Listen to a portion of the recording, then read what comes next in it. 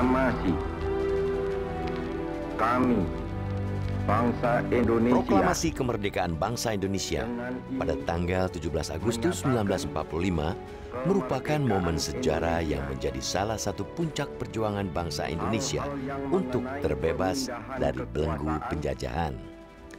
Deklarasi kemerdekaan ini bukanlah peristiwa yang tiba-tiba atau tanpa perencanaan, namun merupakan buah dari pertemuan gagasan, idealisme, dan kebulatan tekad yang muncul dari rentetan peristiwa di sejumlah tempat yang melibatkan berbagai elemen anak bangsa. Salah satunya peristiwa Rengas Dengklok yang terjadi pada tanggal 16 Agustus 1945 atau sehari sebelum proklamasi kemerdekaan Indonesia dideklarasikan.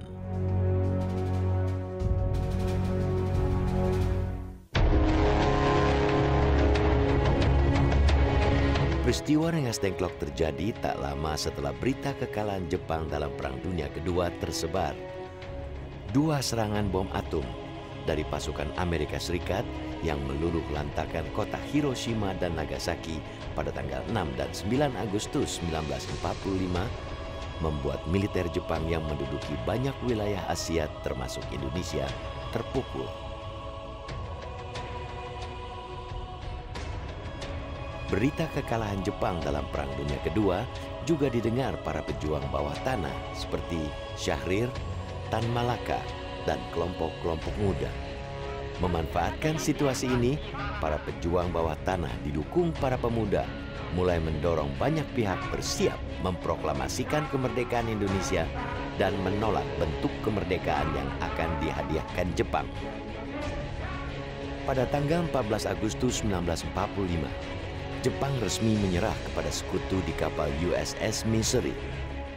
Tentara dan Angkatan Laut Jepang masih berkuasa di Indonesia karena Jepang berjanji mengembalikan kekuasaan di Indonesia ke tangan sekutu.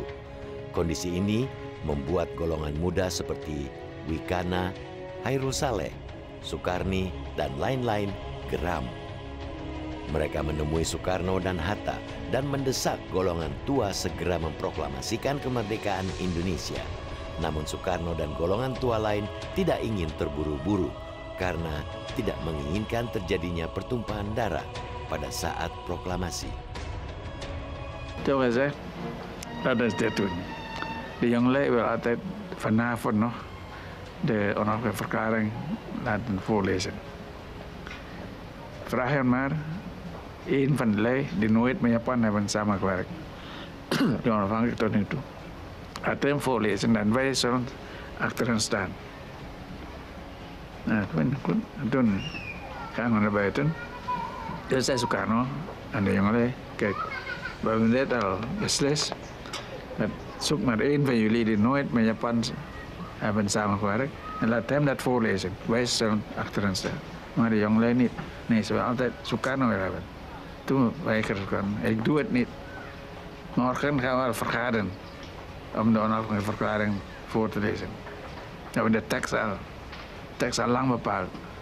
Dus alleen voorlezen morgen. Maar de jongen niet. En toen ging, nou, als je niet wil, ga maar naar huis. Gaan we uit elkaar. Hoef niet verder te praten. We moeten nog gaan slapen. Dat is vaste tijd. Dat is vaste maand die tijd. Ik ging ook naar huis. Ketika Bung Karno kembali dari Dalat, itu dikategorikan kelompok mereka itu sebagai golongan tua, sudah mempunyai persiapan yang matang.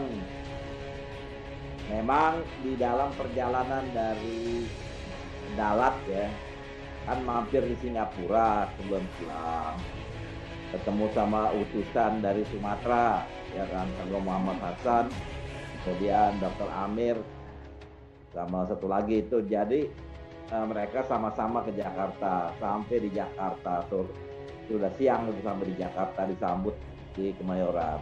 Nah, rencananya karena Bung Hatta sama Bung Karno itu ngobrol di pesawat terbang, ini kelihatannya keadaan Jepang ini sudah memprihatinkan. Mungkin dalam waktu beberapa hari saja maka akan terjadi gejolak baru mengenai Perang Pasifik. Jadi atas usul Bung Hatta juga, kalau begitu kita percepat saja rapat PPKI supaya segera bisa dilaksanakan proklamasi begitu.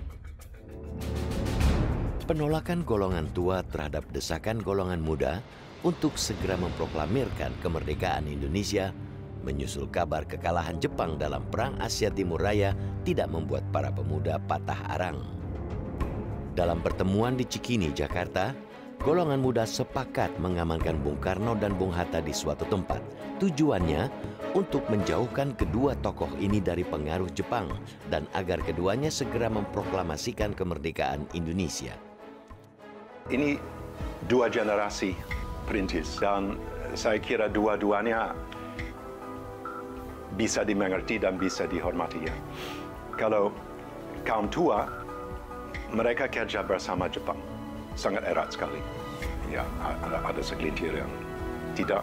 Saya kira default setting tidak akan memberanikan mereka untuk ambil tindak yang sebenarnya tidak disetujui oleh Jepang. Dan ini saat di mana harus mendobrak pintu. Dan Bung Karni dan para pemuda mendobrak pintu.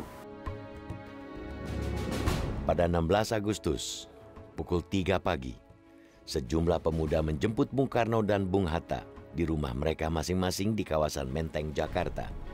Para pemuda ini kemudian membawa Bung Karno, Bung Hatta, Ibu Fatmawati dan putra pertama Bung Karno yang masih berusia 9 bulan, Guntur, ke sebuah rumah di kawasan Rengas Dengklok, Karawang, Jawa Barat. En toen tegen de ochtend, tegen de 4 uur, toen kwam Sukarni met Anda Konuiten. Zei hij, we moeten nu naar Rengas Dengklok gaan. Waarvoor? Ja, om onafhankelijk van de karakter, om de regering voor te zetten. Wat voor regering? De regering is nog niet gevormd. Ja, de Indonesische regering, waar is de Indonesische regering? Uit wie bestaat het? We gaan nog over de onafhankelijkheidsverklaring. Dat is helemaal niet gebeurd. En Rengas Dengklok, waar is het? Hij heeft nog niet gezegd, buiten Jakarta. Hij weet niet waarin. Waarin? Hij zei, ja, ik ga maar mee. Dan Sukarno wil niet mee als u niet meegaat. En toen ging ik met Sukarno. En vandaag gingen wij naar Rengas Dengklok. En u was toen in feite gevangen, min of meer? Ja, zoiets. Maar vond u dat niet een rare vertoning dan? Ja, een rare vertoning, dat heb ik gezegd. Ja, nu begint het verliezen. En toen bent u daar vastgehouden? Nou, ja, in Rengas Dengklok. Ja. Nee, we gingen daar naartoe, naar Rengas Dengklok. Jiao Qixiong, pemilik rumah di Rengas Dengklok yang dipakai untuk menempatkan Soekarno dan Hatta, merupakan seorang warga keturunan Tionghoa. Rumahnya dipilih karena ukurannya yang cukup besar dan lokasinya yang dekat dengan markas tentara peta. Saat ini, meski lokasinya telah dipindah beberapa meter dari lokasi asli, bentuk dan bagian-bagian rumah yang dulu menjadi tempat istirahat Bung Karno dan Bung Hatta ini masih dipertahankan keasliannya. Bukan, dulu di pinggir sungai Citarum nih, ujung gang ini nih ke dalam. Kalau sekarang udah jadi sungai. Tahun kan waktu itu banjir besar tuh tahun 57. Terus antara 57-58 lah gitu. Jadi dari Pengairan suruh pindah. Jadi dipindah sama si kakek. Rumahnya yang dicopot pindah lokasi gitu. Geser lah gitu. Rumah mah tetap ini. Kalau lokasinya aja pindah. Asli rumah mah udah 100 tahun nih. Kan kakek saya bangun di sana tahun 1920. Dalam buku seputar proklamasi terbitan tahun 1969, Bung Hatta menuturkan, selama ditempatkan di rumah Jiao Qixiong, tidak banyak hal yang ia lakukan dengan Bung Karno dan Fatmawati, selain hanya mengobrol dan memangku Guntur bergantian. Baru pada sekitar pukul 12:30 siang, atas permintaan keduanya, Bung Karno dan Bung Hatta ditemui Sukarni dan terlibat perbincangan dengan tokoh muda tersebut. Kepada Sukarni, Bung Karno dan Bung Hatta bertanya, jadi tidaknya rencana para pemuda mengadakan revolusi dengan mengerahkan 15.000 orang untuk menyerbu Jepang di kota Jakarta. Dat is entree, men had voor ons deur staat een jongen met een bamboeruncing. Speer. Bamboespeer als wacht. Moest u niet lachen ook? Of niet? Ja? Moest u niet lachen ook of was u kwaad? Dan moesten we lachen. Eerst aangehouden bij Dedan. Toen kwam ook de Asimwadana van Rengasengblok opgepakt, ook daar gebracht. Blijkbaar boven, dat is een slaapplaats. Ook daar zitten wij. Met zo'n plus Asimwadana, dus 5 mensen. Hey, hij is geschrokken dat wij ook daar zijn. Wat gaan de jongelui doen? Ze willen een revolutie voeren, zei Sukarno. Lachende zeggen. Zo maar zien of het lukt. En toen werd hij gebracht naar het huis van de Chinezen, ontruim. Daar, gewacht tegen 12 uur, heb ik tegen de jongen gezegd, die gewapend was als speer, laat die man hier komen, die ons hier gebracht. Wees, Sukarno, waar is hij dan? Ga maar heen, vraag zij maar aan, laat hij hier komen. En toen kwam hij naar ons toe. Nou, is jouw revolutie al gelukt? De opmars van de 15.000 mensen naar de stad. Ik heb bericht ontvangen. Ik ben nog een bericht ontvangen. Nou, telefoneren naar Jakarta. Nou, hij wachtte. Hij kwam niet. Hij wachtte. Dat was een uur.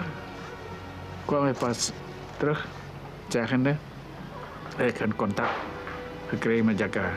Nou, ik verzeker dat je revolutie al mislukt is.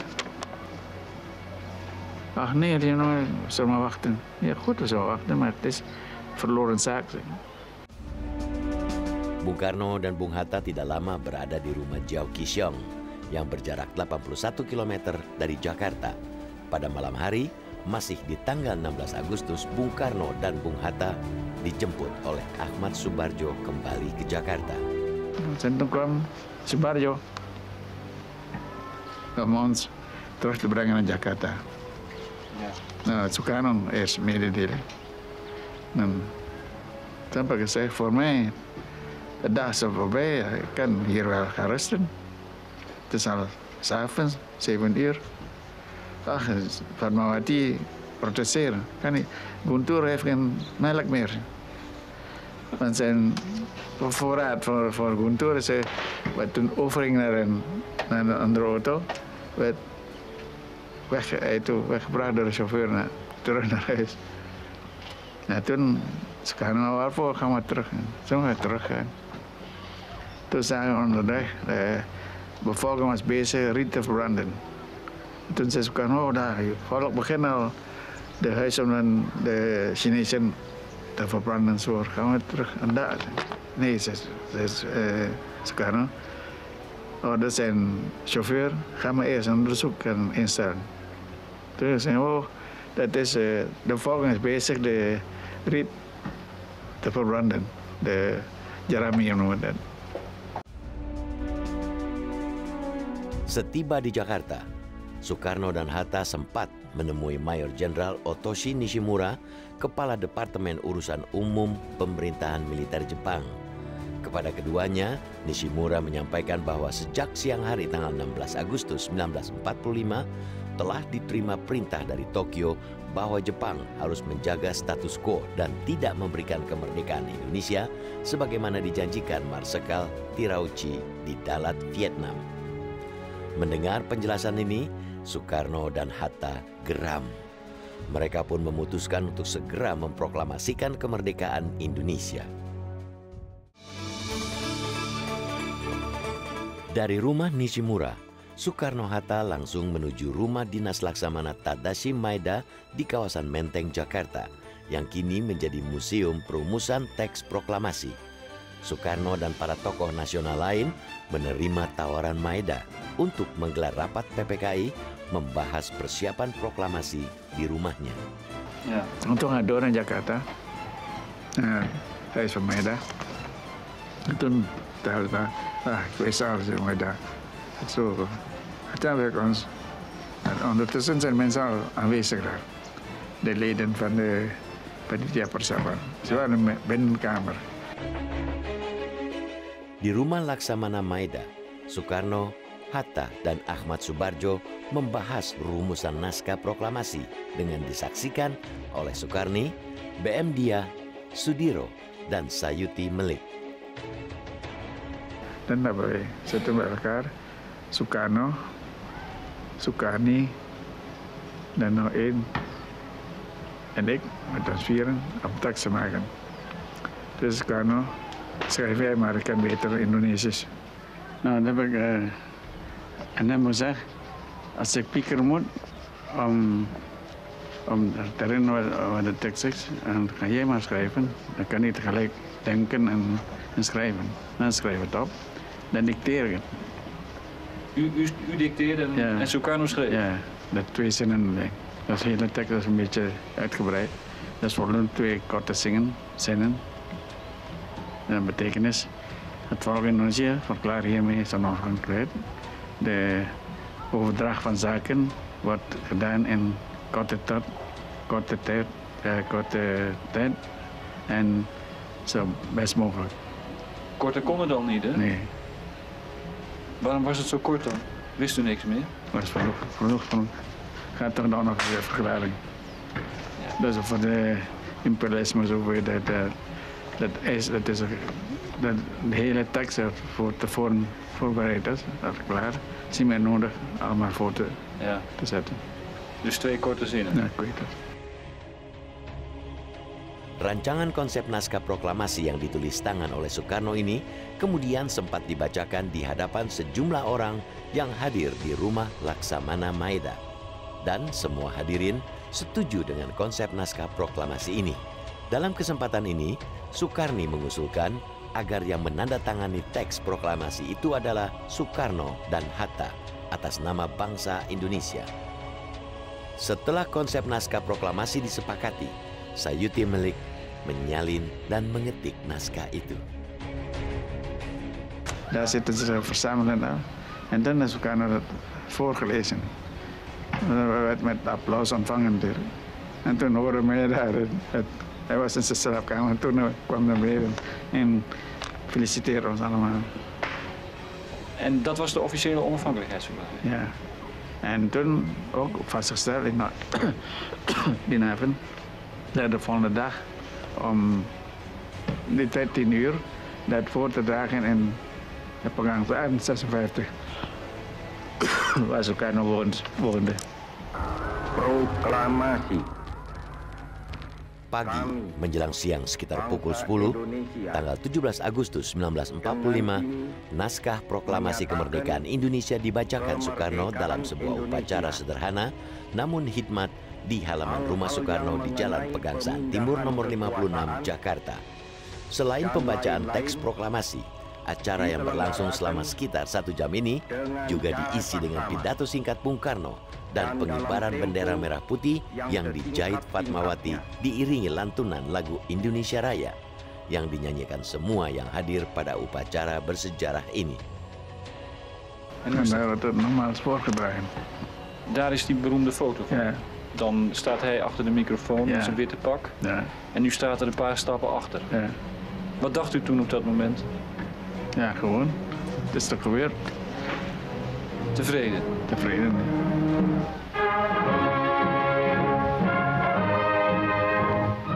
Terjadinya sejumlah peristiwa menjelang dan saat proklamasi kemerdekaan Indonesia dideklarasikan pada tanggal 17 Agustus 1945 menunjukkan sebuah cermin sejarah bahwa ada banyak dinamika dan masalah yang harus dihadapi dan dipecahkan dengan bijak dan berani oleh para tokoh pendahulu kita sebelum mereka bertekad bulat memproklamasikan kemerdekaan Indonesia.